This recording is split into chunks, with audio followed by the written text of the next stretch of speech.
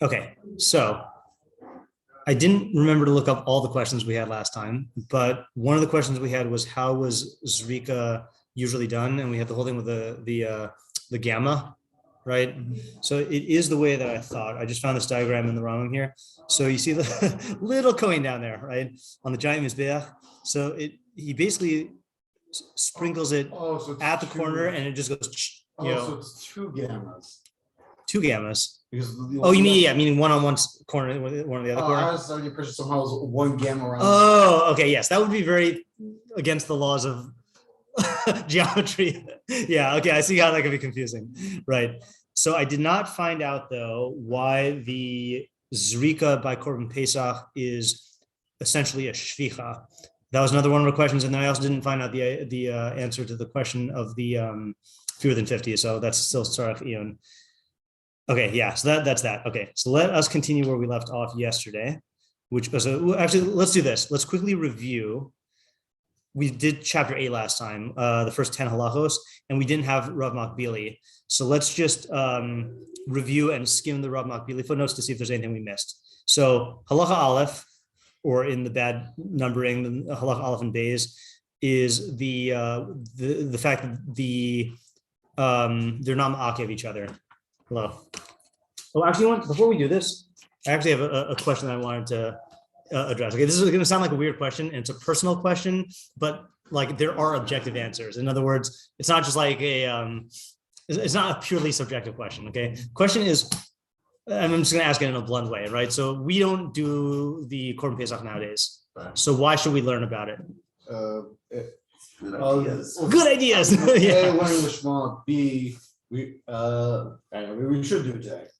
Okay, we should do it today, fine, right? But the point in fact, I don't think any of us can actually do it right now, right? But to prepare. Okay, one answer is to prepare. One answer is good ideas. What was the Lishma of learning? Lishma of learning, right? It's a mitzvah to learn Torah. Same thing, like you learn Ben Sora more, and that's never going to happen. Yeah. Or you're asking questions like why should be in Yana the Yoma? Not necessarily. No. I was just asking. It's not from that perspective, like just Lishma. Yeah, you're right. It could be Lishma. Yeah, and the subjective dimension of the question is why are you learning the Korban Pesach stuff or stuff that you don't have to do?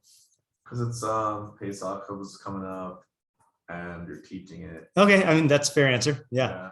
So I'm going to give you an answer about why I'm learning it. No, yeah. Actually, I guess a new reason now that I have. Yeah. Maybe I had it a little bit before. I really like the values that I'm picking up from Pesach. Yeah. Like the intention of like making sure there's a chavurah and what that like looks like. That's what we're gonna do today, probably. Yeah. Yeah. And so what that creates. Yeah. And so if I could in any way learn about something, whether or not we keep it today, but to rely on that when I tell people, hey, like an aspect of Judaism is to be like, right, united in the community. Yeah. Then I think that's a good thing. Okay, so that's actually really good also, and I feel like that straddles the fence between good ideas and then what word did you just use values, or was that how I heard it? Yeah, right, ideas and values. So I'm asking this question in the Rambam Bekius thing because one of the many reasons I love the Mishneh Torah is because since it deals with all halacha, even the ones we don't keep nowadays, you get to see the full scope of Torah ideas, that even the ones that emerge from areas that we're not connected to in practice. So the example they give, actually, let me see if this edition has it here. This edition has a good English intro, and they give a good example of that. Let me just find it here. I don't know who wrote this. Actually, I wonder if it's R Makbili who wrote this intro. I don't know. But so he gives this example. He says, actually, here we have multiple copies. Here, take one. Take another. And so this is not on the screen, but look at page X. Yeah, from the back. Page X, which is 10 in Roman numerals. The bottom left column says halachot and halachot. You see it there? Yeah. Yeah. Okay. So he says each morning we recite the following at the beginning of the prayer service. and when he says we, he means like the Rambam. Okay, you know, after we say Hilchos Torah, then we read certain portions from different areas of Torah, like certain psukim and then certain, you know, Mishnah, whatever. So Rambam says, you read this. It was taught in the academy of Eliyahu, taught to be Eliyahu. Anyone who reviews halachot is assured of entering the world to come, as it says in Habakkuk. His are the ways, halichot, of the world. Do not read it as halichot, but rather as halachot. Okay, so that's the statement. So if you learn halachos every day, you get olam haba, because the pasuk says halichos olam lo, his are the ways of the world, and it's a play on words that it's not halichos, it's halachos. Okay, And halachos in that is like halacha. Why? Okay, listen, I guess halichot already means ways, right? Halichot means ways, yeah. I guess I Halacha. always kind of interpreted halacha to mean ways also. Well, it comes from the same shoresh, right? But the meaning is laws, right? Halachot are laws. So I know, I feel like I'm missing what he's trying to say about. So he hasn't said it I yet. get the same. Oh. Yeah. So now he's going now whoever wrote this forward is going to interpret it. He says this teaching signifies more than a simple pun. It gets to the essence of halacha and its purpose. Reviewing halachot in all their manifold detail has the awesome power. That's what he's saying the Mishnah means when it says it is assured, of paving the pathway, or not the Mishnah, the Brisa, of paving the pathways of the true way of thinking about the world and a correct apprehension of life. That's halichos olam. Okay, in other words, he's saying that if you learn the halachos, it will create halichos in your world. You'll see how to relate to all of reality. Okay, he says the transition from halachot to halichot is the transition from outward acts to molding awareness and consciousness of God. Got it. Okay, review of decided halachos, that's the English translation of halachos psukos, like psak halacha, is the key to this consciousness, as long as the student considers not only where the law comes from, but also what its telos is, telos meaning its purpose. Just as musical notations on paper can generate real music that subsequently affects the soul, so too the halachot can only transform into halichot in the context of a life that is fully conscious of their internalization and actualization. Those who review halachot and live them are on the highest level of Torah scholar, in whose footsteps the Rambam enjoins us to make an effort to follow. He gives a weird proof, okay, but he says, one who's excommunicated in a dream, this is in our Hilchos Torah, one who's excommunicated in a dream, even if he knows who excommunicated him, needs 10 men who review halachot to release him from his excommunication. If he cannot find any, he must search them out up to a parsang away. If he still cannot find anyone, 10 who review Mishnah may release him. If he cannot find anyone, 10 who know how to read the Torah may release him. If he cannot find anyone, even 10 who do not know how to read the Torah may release him. If he cannot find 10 men where he is, even 3 may release him. So the only proof he's bringing from here is that learning Pesach halacha is a higher level than learning Mishnah, which is a higher level of just Kriyas Torah, which is a higher level than like a nobody. Okay, but this is the whole reason why I wanted to get this. This next example, he says, thus halachot, the actions, and halichot, the worldview, form a single fabric in the teaching of Torah, a fabric that must not be disconnected, which may, quote, repair character and straighten out the actions, in the Rambam's wonderful formulation from the end of the Book of Sacrifices. We read that a couple weeks ago. One of the most penetrating expressions of this is the halacha about cities of refuge. Now, this is an example of something we don't keep nowadays, right? We don't have cities of refuge anymore, but here's the halacha. If a student was banished into a city of refuge, his rabbi goes into exile with him. Okay, which is crazy. Whoa, yeah. Okay. That's a nice committed rabbi. Yeah. Now, why? As it says, he shall live, meaning he shall live in the city of refuge. You must take care of him so that he may live. And for those, of those who have acquired wisdom and those who aspire to, a life without learning is like death. So that's why if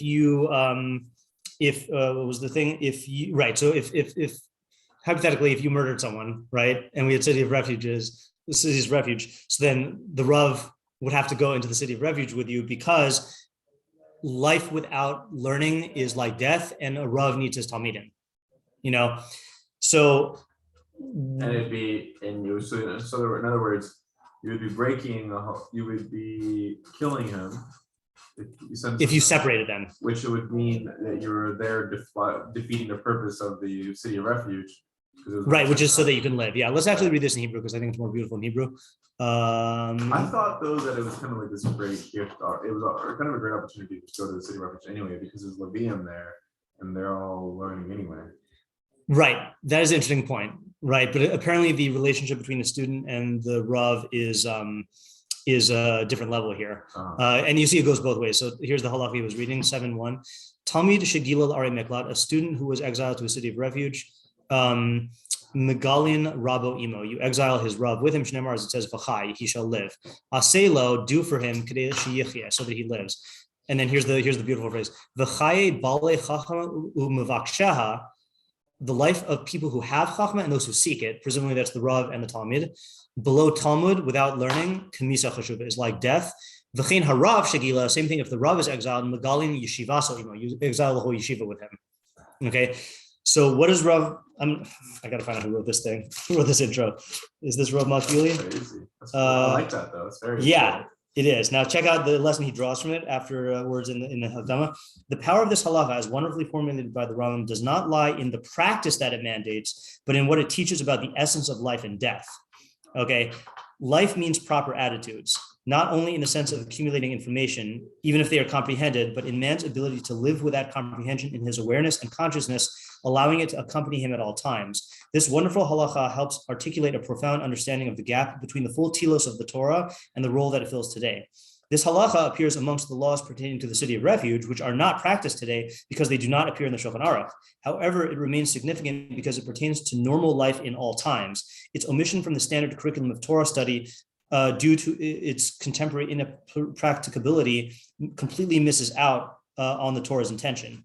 So that's like what you were saying, Chizkiyahu, is that we don't do the Pesach with chavurah nowadays, but the ideas embodied in those halachos are just as relevant to now as they are back then. And if you only learn the halachos that are relevant to you nowadays, you're going to miss out on all of those halachos and all those ideas that like could continue to inform you now, even though you don't actually keep them. You're saying we don't have a chavurah because the chavurah is qualified by Korban? Right. Like there's no institution of chavurah. Right. We have a group. I mean, obviously you have a group of people, but you're not calling that halakhically. Right. It's not a halakhic chavurah, but the ideas that are embodied in chavurah apply to nowadays. Right. And then let's just one more paragraph here, I think. He said, and then let's finish off the section here. This halacha is not unique. There are numerous halacha dealing with ritual purity, the temple, sacrifices, the Sanhedrin, Nazirism, and more.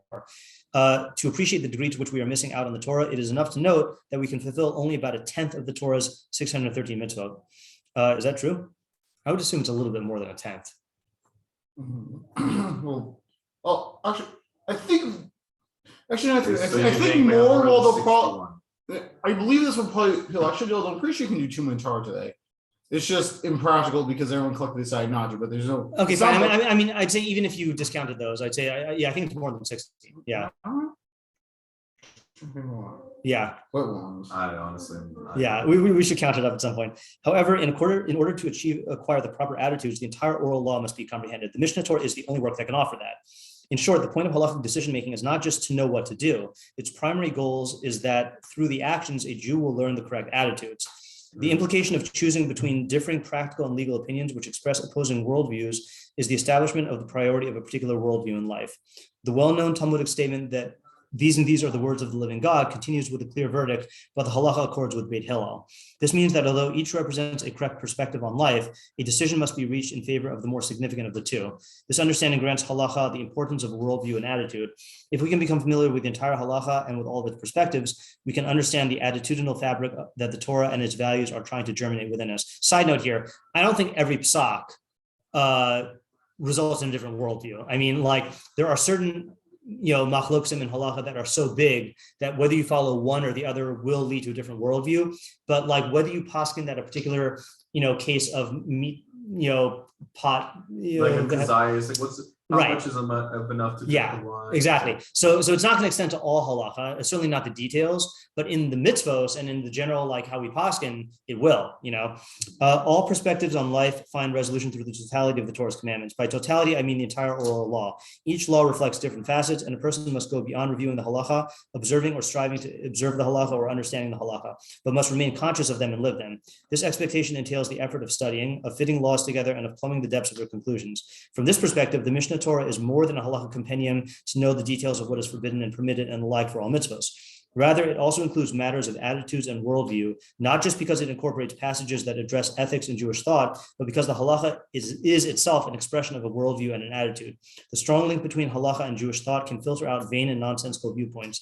With respect to this unbreakable link, the more Nevuchim and the Mishneh Torah complement each other, each picking up where the other leaves off. So that's like something you can only get through the Mishneh Torah because it's the only thing that has all of halacha in it. Could I read one more thing? So a good person who expressed this, I'm saying, is the Rav in Halakhic Man. Okay, so in Halakhic Man, the Rav is talking about how people who are involved in halakha don't really care whether the thing that they're whether the thing they're studying is implemented practically or not. Yeah. Okay. So he gives the Rav writes in such a poetic way. He gives a beautiful depiction of how the Halakhic Man relates to the Pesach Seder through the Rambam. Okay. So he says like this: when Maimonides describes the order of events on the 15th night of Nisan, he forgets temporarily that he is living approximately 1,000 years after the destruction of the temple and paints the image of the service of this holy festival night in a wealth of colors that dazzle the eye, that reflect the Passover service as it was celebrated thousands of years ago in ancient Jerusalem, and as it once again will be celebrated in the era of the Messiah. Thus writes Maimonides in the Laws of Havent and Matzah 8.1, quote, "The order in which the aforementioned commandment should be fulfilled on the night of the 15th of Nisan is as follows. First, a cup is mixed for each person, and he recites the blessing who has created the fruit of the vine, and he recites over it the sanctification of the day and drinks," end quote. This formulation is known to us from Or Chaim, Chai Adam, and the prayer book of Rav Yaakov Emden, the prayer book Der Chaim of Rav Yaakov Lisa, the Brit Shulchan Aruch, and similar works, and its very ring recalls to mind the ditty, Kadesh Urchatz, so familiar to all school children. Why would you bridge Shulchan Aruch and not just the original? The original is here, Or Chaim. Oh, so he's listing a bunch of halachic works. Or Chaim. Shulchan Aruch is the abridged version of Or. No. So Shulchan Aruch has 4 sections: Or Chaim, Yordea, Choshen Mishpat, and Even Hazer. And so it's in the Or Chaim, which is the regular Shulchan Aruch, and then he's saying it's also familiar from the Kitzur Shulchan Aruch. Yeah. So his point though is that like you start reading the Rambam and you're like, big deal. Like I could find this in any halacha work. Okay, not so. It would seem, as he says, it would seem that the laws of Chametz and Matzah, chapter 8, and an illustrated Haggadah, which one can buy for a few pennies, differ only in style and phraseology. However, as we continue to read, we suddenly come across a peculiar Seder. Okay, it goes back to the Rambam, quote, "And afterwards he recites the blessing, ... and a table ready laid is brought in bearing a bitter herb and another vegetable, unleavened bread, charoset, and the body of the Paschal lamb and meat from the festival offering of the day of the 14th, end quote.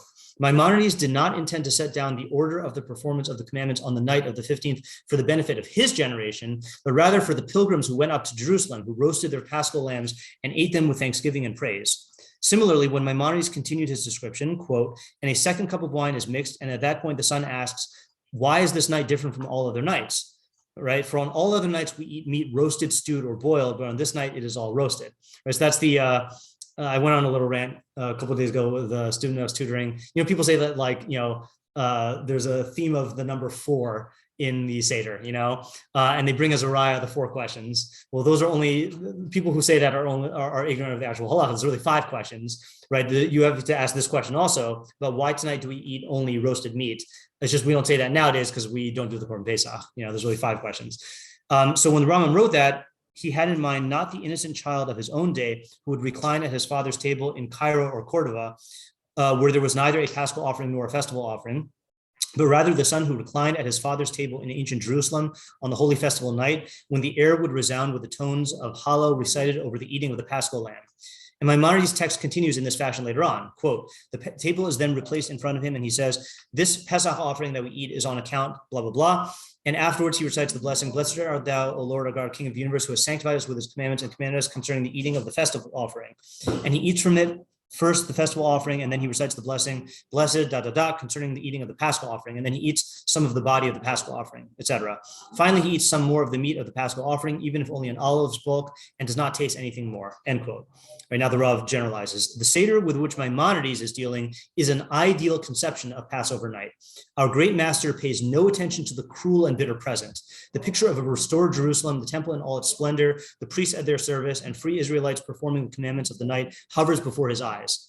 However, from time to time, he bestirs himself from his ideal dream and romantic vision and finds himself confronted with an exile filled with the nightmares and terrors, with physical oppression and spiritual degeneration. And he states, Okay, back to the Rambam, quote, in the present time, he does not say tonight it is all roasted, for we no longer have any Paschal offering, etc. And in the present time, he says the Passover offering, which our fathers used to eat when the temple was standing, etc. And in the present time, one adds, so our Lord, our God, bring us to other festivals, happy in the building of the city and joyous in thy service. And there we may we eat of the sacrifices and the Paschal offerings, etc. In the present time, when there is no offering, after he recites the blessing, he who brings forth bread from the earth, etc. And in the present time, he eats an olive bulk of matzah and does not taste anything before that. In other words, the present time is only a historical anomaly in the ongoing process of actualization of the ideal halacha in the real world. And there is no need to elaborate about a period, which is but a temporary aberration that has seized hold of our historical existence. The halacha remains in full force. And we hope for and eagerly await the day of Israel's redemption when the ideal world will triumph over the profane reality. That temporary reality has it not been now longer than? So temporality is not measured by years, right? Temporality is measured by what is a deviation from the actual ideal, you know? Yeah, but that's a good point. It's like they studied. They were only temporary for them. Sure, they were only multi over 73 years. They were only temporarily. Right. Yeah. We were making that point earlier. Yeah. Yeah. So regarding the question I started off with about like why do you learn the halachos of Pesach? This is why I learn it.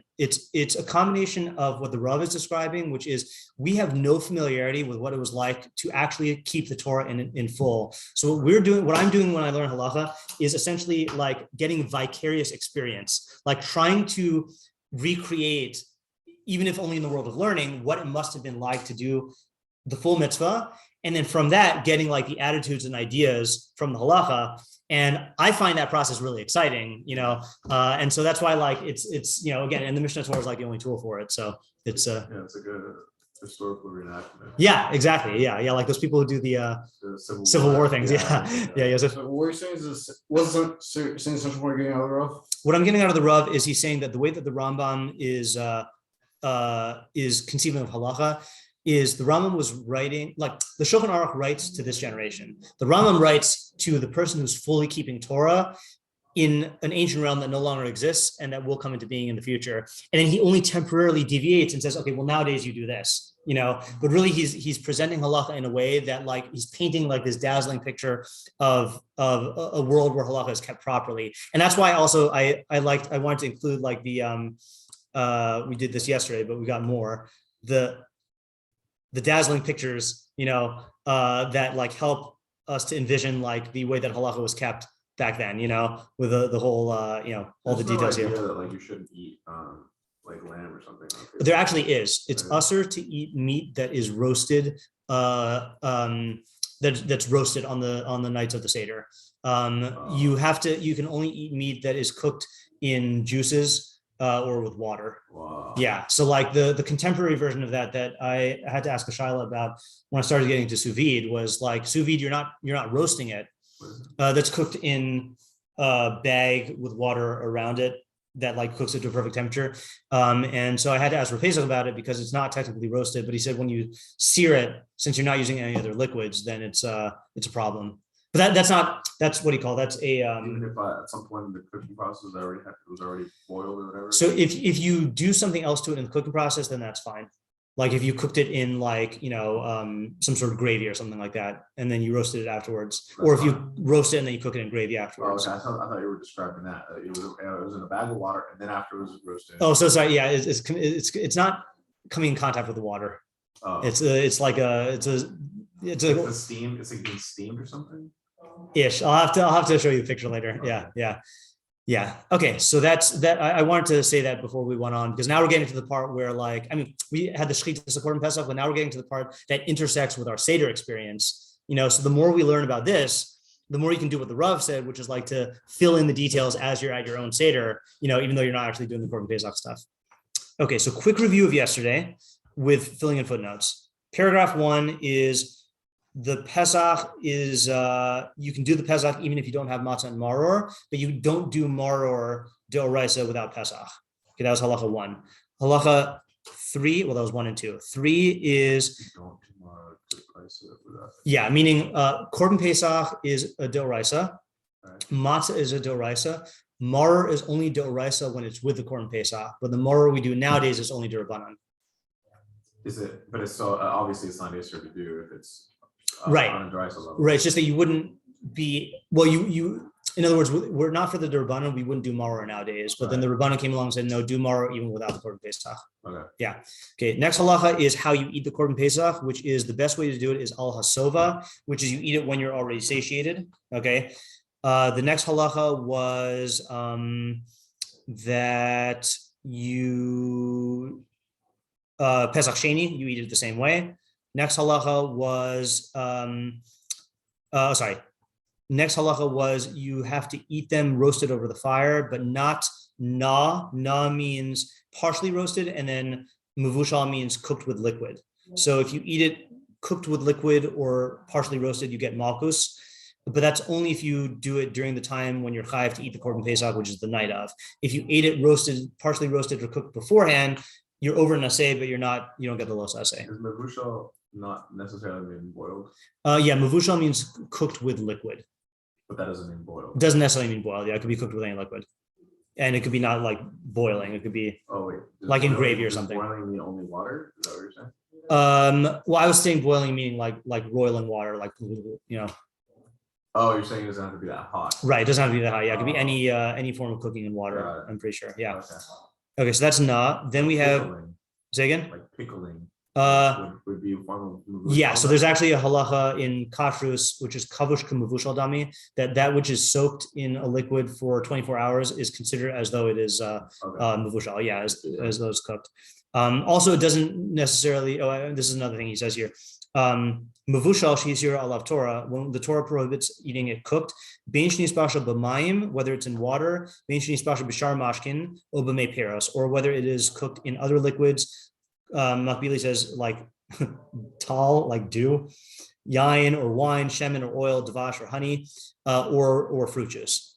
Shnemar uvash mavushal riba hakol. Yeah. Okay. Then we talked about how you can roast it. It has to be roasted over the fire. Oh, that was the other question about the grill, right? So he said yesterday, Rambam said yesterday, he says, Salehu b'achkach, oh no, where is it? So this is the halacha we had. In solines pesach al gabi kli even o kli matachos. You cannot roast the pesach over stone or over metal. Shnemar says tzli eish. Lo tzli davar acher. It has to be roasted by fire, not roasted by any other substance. Lefikach, therefore, im haya kli menukav k'dei shetishlo bo ha'or. Therefore, if you have a vessel that has holes in it so that the fire can reach it, solin alav, then you can roast with it. Ve'in solin oso b'shapud shalom atachas. You cannot roast it with a metal spit. Shahari hashapud cham kulo, because the spit gets hot. V'tzolim makoma, and then roast the inside. Yeah. So what did you say about the grill? So I said I forgot to look it up, but let's look it up here. So our question was like, presumably he's saying a grill is okay because the fire can reach the thing, but the problem is a grill gets hot and the grill would also, cook the Pesach. So then Yosef theorized it must be talking about some form of kli where the material of the kli doesn't get hot enough to cook the meat, and yet the fire can still reach through. But we weren't called when the material, is that like a halakhic term for that? When the material gets hot enough to roast it. Yeah. I think we would just say that it's that it's being muvashel or not or a mitzaleh, that it would be roasting it. Okay. Yeah, that's the term that the Rambam used by the spit. Okay, so it's not the requirement is that it be roasted. The requirement is that it be roasted by only fire. By only fire, correct? Yeah, okay. Yeah. Okay, so the footnote doesn't say. Yeah, interesting. Yeah, that's actually a good distinction. I think like what's the roasting it? Defaulted sort of knew like that it was only by fire, but then if someone had said to me, "Oh no, look, it's being roasted by this," I might have made the mistake to be like, "Oh, I guess that's okay." Right. So the similar thing that he says in this next halacha, hisik, and this is the last halacha we did yesterday, I think. Hisik es hatanur v'garav has a kol eish. Let's say you stoke the oven to get really hot, and then you remove all the fire, so the oven is still hot, but there's no fire in there anymore. V'talahu b'tanur. V'tsalahu, and you hang the korban pesach in the oven and then you roast it. Harizeh aser she'ein zeh tzli eish. That's also aser because it's not being roasted by fire. It's being roasted by the heat coming off of the walls of the oven. Okay, so that was a little bit harder. Yeah, I sort of very like almost like unknowingly technical way. Yeah, but then I feel like then I could be annoyingly technical back and be like, yeah, but when the fire is heating it directly. it's really being heated through the heated air, and Right. through, it's like, where do you draw that Right. So that's where you need the Briscoe derech for, of like how you define exactly the technical and conceptual parameters. Yeah. Right. Yeah, I hear. All right. Chatacho v'tzalahu al gabi gechalim. If you cut it up and you roasted it over coals, harizetzli h. That is considered to be roasted over the fire. So I guess the hot coals are considered fire. I don't know why it says if you cut it up though. Crazy. Right, because you think that that's the same as the oven. Yeah. Yeah. Right. Yeah. Yeah. I'm not sure. I guess it's because they're almost like fire. They're almost like nothing but. They're like deconstituted to the point where they're closer to fire elements maybe than the wall of the oven would be. Right, either that or it's carbon based. It's almost like it's nothing but fuel. Right. So I don't know if this is the same thing as you're saying. I was thinking that they are the medium of fire. Right. Right. Like the very directly. Right. Like for example, we don't say fire. Right. We don't say, for example, that if you cook over a kerosene burner, we don't say, oh, you're cooking on kerosene, not on fire. Like, because no, fire is being fed off of the kerosene, right. Whereas the fire is not being fed off of the walls of the oven. Right. Right. Salahu al gabi seed or charsis. If you cooked it over, you roasted it over marble, or I think the Chabad org said lime, or charasis or clay, chametveria or hot springs, that's hot enough to cook it. That's not. That's also because that's not roasted over fire.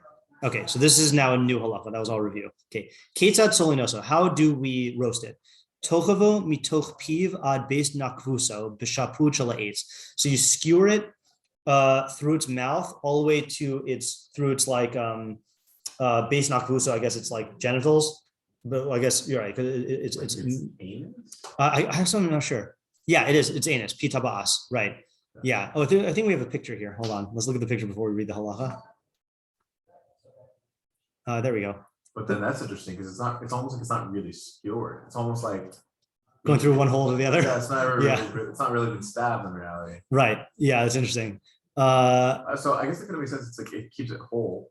Yeah. Like we're going so far with like the whole not breaking the bones thing that we're not even like. That's interesting. Yeah, I wonder if that's the if you really have to like thread it through that much. Yeah. Let's right. Yeah. Yeah. So that's the image here. Sure I had done a lot of yoga, so I had a really straight. Yeah, exactly. Yeah, or trained as a sword swallower. Okay, so what does he say? Right. So you insert it with a spit made out of wood, right? Because the wood doesn't get hot enough to roast it. Vitole oso letochataner, and you hang it inside the oven. V'ha'esh lamata, and the fire is below.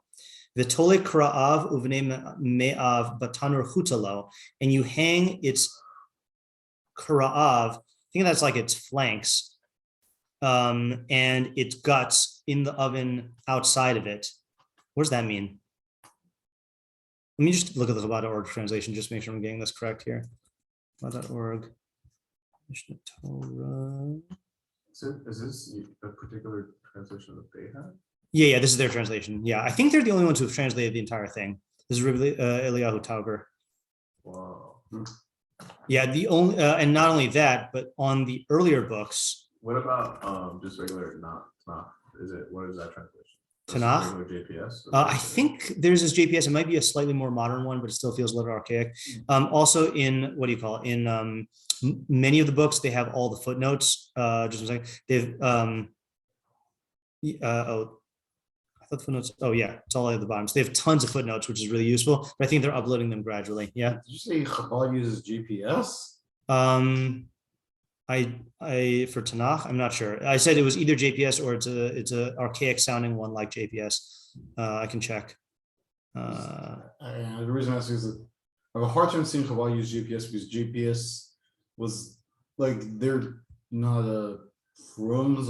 I'm not saying it makes the translation worse. That just made me surprised. Made me very surprised Chabad uses. Because what? Like GPS is just not religious and. Like I know for example, like in their main like for main Tanakh translations, it's like, okay, we think this word's a typo, and that's really this other word. Oh, so it's Judaica Press version. I don't know what year, but yeah, so they use Judaica Press. Okay, where was I looking? I was looking in this, am I in the right chapter? Yeah, I was looking at what it means that, okay, yeah, one hangs its legs and intestines in the oven outside of it. You cut, so does that mean what does that mean? Did you just not close the oven door? Oh, outside of the oven? No, in the oven outside of it. What's the it? It says one should not place them inside of its body cavity, for this is comparable to cooking. With legs? Yeah, it's legs. Yeah. Meaning don't Tuck it in into its own. Yeah, right. I guess so. Right, because the thing is already it's wrapped like kind of like this, right? Like yeah, and its kinda... belly is cut open because they took all the stuff out. So you want to make sure that it doesn't maybe even accidentally fall into its legs, into its body. In its body, because then he's saying because then it would be bishul, not sliash. Right. And because of the fluids of his. I guess so. Yeah, I guess so. Yeah. At that point, like, can we drive any body part because the inside of the meat's right? Like, yeah, that's true. Right. That's funny. Yeah, that's good. That's a legitimate question. Yeah. So it's funny because he doesn't say it is actually bishul. He says shazek kamin bishul. It's like a type of bishul. I bet there's a culinary term for that when you when you stuff a piece of an animal inside of itself and cook it inside of it. Yeah, that sounds good. Or like if you're gonna make a turduncan, right? Yeah. I don't know, but it does sound like he's saying it's not literally bishul. V'shapud shalarimon hayuborin litzliaso. They would use a spit made out of pomegranate branch. They would select for its roasting. Why? Kadei shelo yizrok es mema vivashlo, so that it wouldn't splatter its water and cook. Is that what it says? So that it would not cast its sap into the meat and cook it. Oh, memav, so it's juices. So what does that mean? So the R Makbili says, it was made from a pomegranate branch. Water doesn't come out of it when it gets hot. Right. So in other words, that's what you have to worry about also, is if the branch is going to exude liquids, then the liquids could cook it. So you have to use a branch that doesn't exude liquids. And apparently that's what pomegranates do. Okay. Naga habasar. Okay, this is a good practical thing. Naga habasar b'charaso shalatanor. If the meat touches the clay of the oven, right, in which case that meat would not be considered cooked by fire. So thankfully, you don't say the whole thing's puzzle. Yiklov es makomo. You peel off that part, because that is roasted by the clay. Okay. Do you throw it away? Good question. Let's see if he says natav, because it's kachim, so you would think you'd not be allowed to throw it away. I don't know what you do though. Nataf miratvo al hacheres. If some of its juice, I think, drips onto the clay, v'chazar elav, and then drips back onto it, yiklov as makomo. Then you have to tear off that part. Shekol hamarak v'halecha shetifrosh mimenu kashiyitzale asura, because all of the juice and moisture that separates from it when it roasts asura is asur. Shari ena basar tzali, because that's not roasted meat. How did that happen? Did that happen and it got turned upside down? Probably, right? Yeah, like that's how you would, for rotisserie, you want that to happen, but this you don't want to be rotisserie. Yeah. Nataf min ha rotev shelo al soles yikmot es makomo v'yashlicheno. If the juice drips onto the flour, what flour is there? Soles? You put a little tulip on its ear. Like it's like a pretty girl. No, not that kind of flour. FLOUR. Took me a little while to get it. So Rambam Bekius says gargiri chita, the particles of wheat, ketushim that are crushed, ketisha gasa in a coarse manner, below kliposam, without their husks, umenufim hetev, and that are sifted very well, shein bahem avkas kamach, that they don't have flour dust. Maybe it's because they would bake the matzahs in the same ovens. So if you get, so you're saying if some of the yeah, right, especially of all times, I didn't even think of that. Yeah, right. Yeah, you're not gonna have many ovens. Maybe I mean I don't really know how the system was. Yeah. Well, you have to have an oven for the core one. So I guess the question is, could you fit in the space where you're putting matzahs? Could you fit more sheep, because you already have to have the ovens for the sheep? Right. Yeah. So presumably, let me just see if I'm getting this. If there's any, I know there's no footnotes here, but let me just see what they say here. if juice is dripped on flour. Okay, yeah, fine. Schnitzel at first. That would be good. Yeah. Unfortunately, you're not allowed to do that for the Korban Pesach. Although we found out that you can make it taste better with like oil and juices and spices, which I didn't know. I thought you had to eat it plain. You're saying after it's cooked? After it's cooked, yeah. Oh, okay. That's pretty good. Yeah. Actually, I think even while it's cooked, you can cook it with it as long as it's not liquid. But you could like rub, you can anoint it, right? That was what we read yesterday. It's oils are considered liquid. I guess if you're doing it, so the Rambam was the one who said that. He said that since when you roast things, then you put oil on it, then because it conducts heat better, then it's part of the roasting. Whereas like cooking in liquid is a different method of cooking. Man, that's weird. I guess I always roast everything. So I don't ever put anything but oil in my food. Yeah, me too. Yeah. Yeah. Okay, so if it dripped on the flour, then you take a handful from its place and you throw it out. Okay, so it sounds like you're saying you throw it out. Well, that's just for the flour, though. Is you throw the flour out? You're taking a handful from the place the juice fell and discard it. I guess because it's coming in, but the juice isn't. Oh, yeah, but the thing is, though, that you can only become chametz if it's water, not if it's like meaty juice. Why would that not make it also chametz? Well, I guess it would, right? Because fruit juice doesn't make a chametz, I think, but I guess meat juice does. Why would it need any liquid not? Because that's a halacha in chametz that I'll just show you the halacha inside because it's relevant to the area. In Hilchos chametz v'matza. Oh, so slow. Hilchos chametz v'matza perek. I want to say hey. Nope. Oh yeah. Nope. Wait.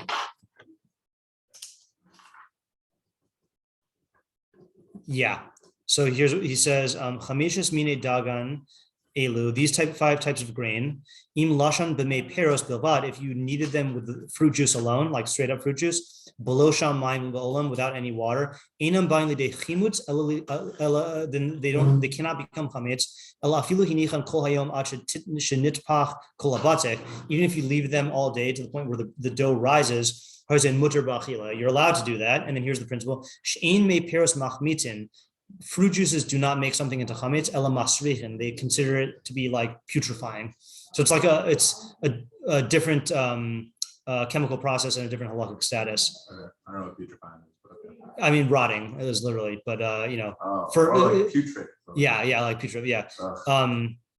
And he says, "Umei peros hein kagon yain v'chalav udvash v'zayis umei tapuchim umei rimonim v'cholkiot behem mishar yenos ushmanim umashkin." That's and he's including in fruit juices wine, milk, honey, olive oil, apple juice, or whatever that kind of fruit juice is, pomegranate juice, all of the and all types of wine and juices. So they can't become chametz, but that is v'hu shelo yisarad behem sham mayim ba'olam. That's as long as there's no water in there at all. V'im yisarad behem mayim koshu. If any amount of water comes in, ha'il machmitz, and then that's considered to be chametz. Yeah. Okay. This is 5-2 in chametz u'matzah. Thank you. Yeah. So that's a weird thing. Okay, back to Pesach. Korban Pesach. Sacho b'shemen shelatruma. If he anointed the Korban Pesach with shemen of truma, oil that's truma, im chavuras hakohanim. If it is a group of kohanim, yochlu, then they may eat it. V'im shel Yisrael, and if it is of with a group of Jews or of Yisraelim, im chayhu. If it is raw, yedichenu v'yinagiv. Oh yeah. Meaning if they haven't cooked.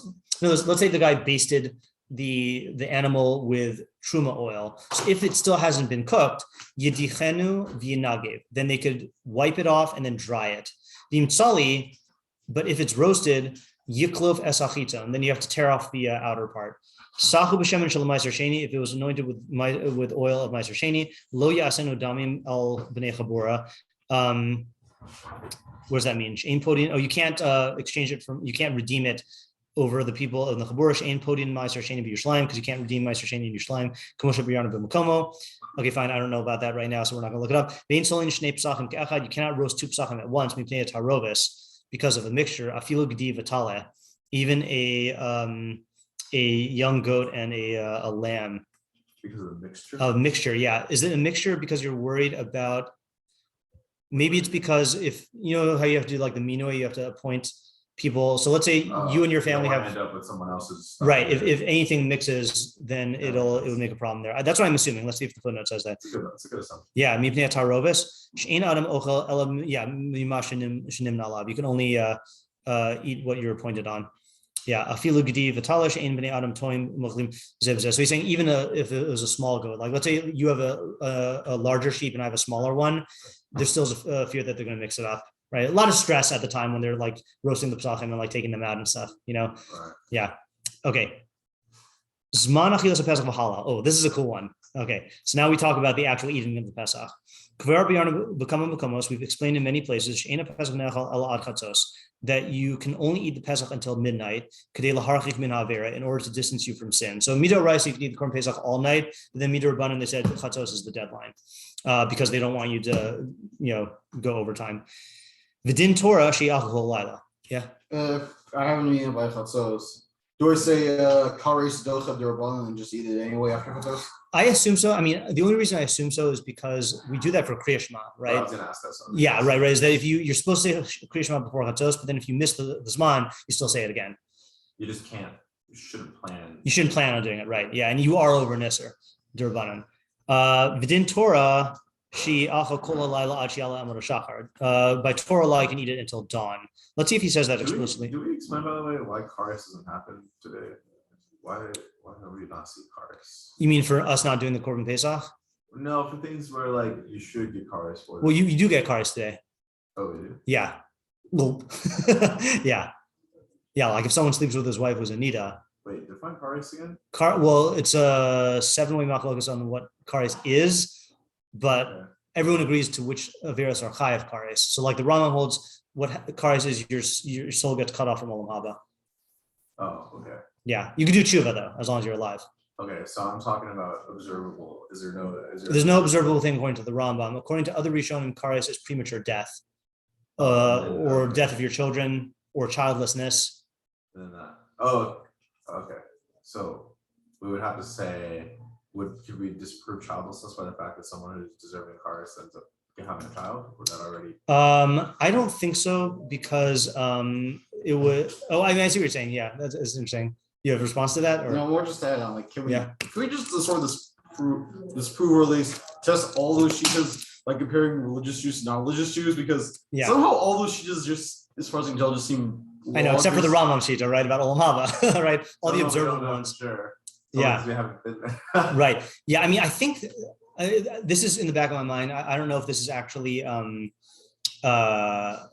real thing or not, but in the back of my mind, it's not childlessness in the sense that you don't have children. It's that like your line is cut off, meaning that if you have children, then they could die, or like it could be, at some point. Yeah. Meaning like, okay. I mean, look, God knows how to work this stuff out. Right. Yeah. Okay. Yeah. The hardest shita. Let me just look at my my kares thing. This one you don't need to write down. Are you his note taker? Yeah, for the bibliography. Yeah. Oops. Yeah. So I wrote down sources. Yeah, so the hardest shita. Okay, so let's just go through them really quickly. Sadigon and Ibn Ezra hold that it is premature death. Okay. Rashi holds it's premature death and premature death of his children. Okay. Tosfos one shita in Tosfos holds it's you die before reaching the age of 50. I don't know what he holds happens if you do. So easy to just like. Right. So I also don't know what he holds happens if you do a Isser Kares after the age of 50. Like, and this is the weird thing also. Tosfos, this shita in Tosfos holds that Kares is you die before the age of 50, and then Misa B'dei Shemayim, death at the hands of heaven, is before the age of 60. Wow. Right. Which especially back then, I mean, that's a pretty good deal. A lot of people died before. Yeah. No, not really. Basically, this is sort of skewed because it was like half died before the age of 5 and the other half lived Right. I'm not even speaking about statistics. I'm just saying if you look at individual people, like, you find a lot of people dying in their 50s and 60s, so it's like not that much longer. Another Shita and Tosfos, this is the hardest one. Another Shita and Tosfos hold a person will die from an illness on the third day of the illness. Okay, 3-day long illness. Rambam holds that the soul is cut off, right, after death, right? You get cut off from Olam Haba. Ramban has a complicated Shita, which is, if a person's merits outweigh his iniquities, he will receive a physical kares in the form of a premature death. His soul, though, will remain untouched in the purely spiritual Gan Eden and in the messianic era of Olam Haba after Tchias Mesim. Okay, that's if your merits outweigh your iniquities. If a person's iniquities outweigh his merits, then he will receive a spiritual kares in the form of his soul being cut off from the eternal life in Gan Eden and Olam Haba. That's kind of like the Rambam, but Ramban holds that that there's Gan Eden in this world. And then the most severe form of kares is reserved for those who worship Avodah Zarah and those who commit the transgression of blasphemy. These individuals die prematurely in this world, and their souls are cut off from existence in Gan Eden and Olam Haba. So that's the Ramban. And then the Abravanel is the seventh one. He holds that in Olam Hazeh, your life is cut short, and in Olam Haba, his soul is, quote, distanced from the radiance of the Shekhinah, which is its source of spiritual pleasure and reward. And I clarify here, the Abravanel maintains that kares is subject to degrees based on the severity of the sin. Unlike the Rambam, the Abravanel holds that the soul is never fully cut off from Olam Haba, since it is a spiritual essence, which by its very nature does not deteriorate. The Abravanel holds that kares causes spiritual pain to the soul, but after it receives its punishment, it will be restored to a state of pleasure and reward. Now, Can we bring that up with Tanya later? Because that sounds to me, and you could tell me why I'm wrong. Yeah. To me, it sounds like the Panini's. Okay, I mean, that's going to be a completely different subject, though. So, we're not going to cover that. We do talk about it. Okay, yeah. By the way, just full disclosure here. Well, this is, I wrote this. Oh, you wrote this? Yeah, I wrote this. Yeah, this is on my blog. Yeah. Oh. Yeah. So I was just going to say, full disclosure, I didn't look up all these sources in depth. The Abravanel has he summarizes all these opinions, and this is me translating the Abravanel's summary of all of them. Okay, I haven't looked it up, and there might be more opinions, but these are just the ones that he quoted. Yeah.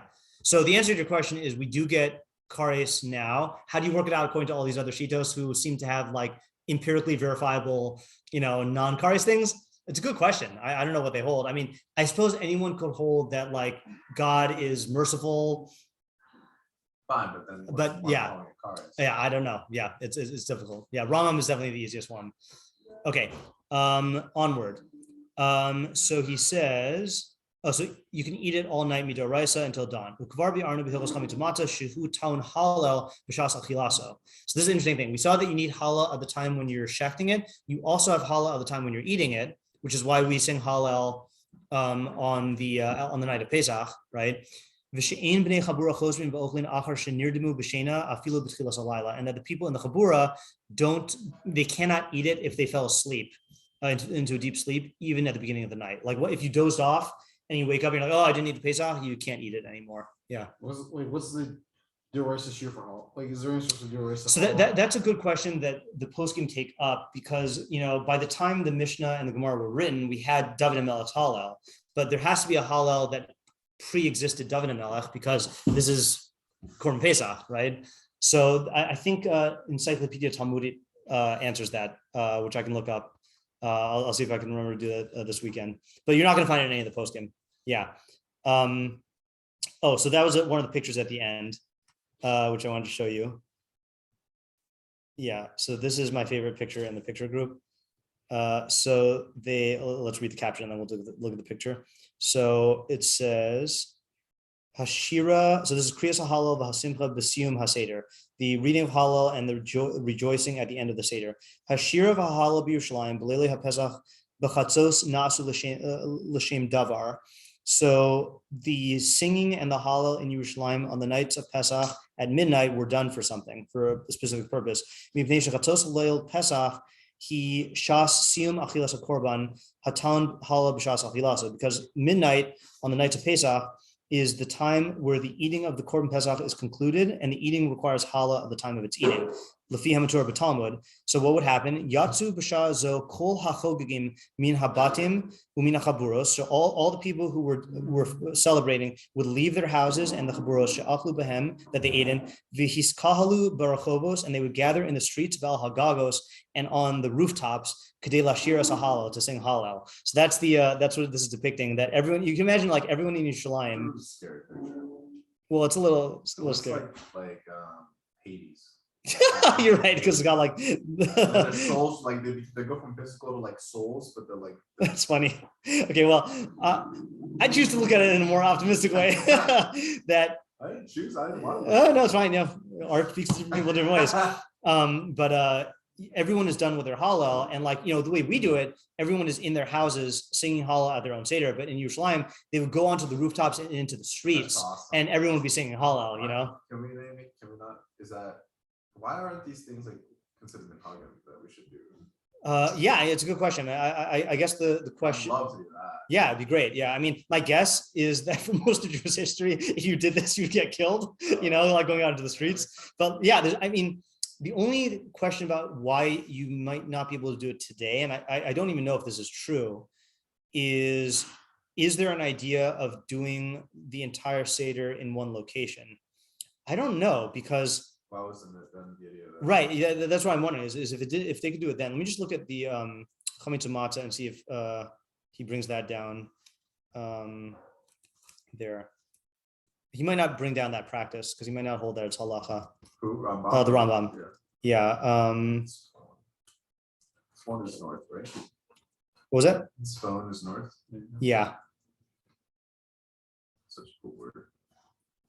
Yeah, you know what it means literally? No. Hidden. Huh. Yeah. I guess because they didn't know what was going on in the north. Yeah. So he doesn't bring that down the halacha, but I thought he had a halacha about like where you can finish your Seder. Did they conceptualize the world the way we do, where like north is almost like the top, like in the kind of like up? I don't know. I'm not sure how they conceptualized it. I don't believe so. They have like a world map, like a globe look. I don't think they really even have any maps back then. Like in times of Torah, I don't think they really had maps. At least not maps in any way that's cartographically accurate. Like they might have directions for walking, but I don't think they had cartography. Here's the halacha, by the way. So yesh lo ligmor es halal b'chol makom shiur. So you can finish halal wherever you want. Alpha pish eno makom suda, even though it's not the place of the meal. So you could do this year. Get a parade going, or a rooftop I like that. concert. Yeah. Now I just need a rooftop. Yeah. Alrighty. So we finished chapter 8. So the preview for next week. Let's just see what they're about. Chapter 9 is going to be about the chavurah, I think. Okay, yeah, that's eating and the chavurah. And then chapter 10 is going to be about breaking the bones and eating the chagiga. Okay. Have a good rest of the day.